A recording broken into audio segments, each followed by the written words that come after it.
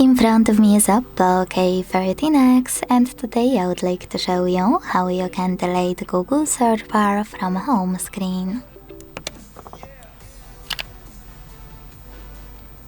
Begin by holding your search bar and waiting for the pop-up to show up.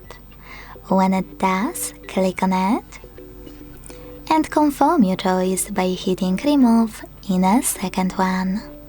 So when I do that, as you can see, my Google search bar was successfully deleted. If you want to restore it, you can always do that by pinching your device's display, clicking on widgets between icons and layout at the bottom, scrolling down and looking for a Google app. When you find it, hold search bar below it,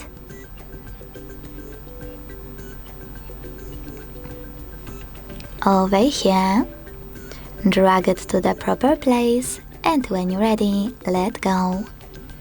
Then hit done at the top right corner. Thanks so much for watching. If you enjoyed this video, don't forget to leave a like, comment and subscribe. Bye!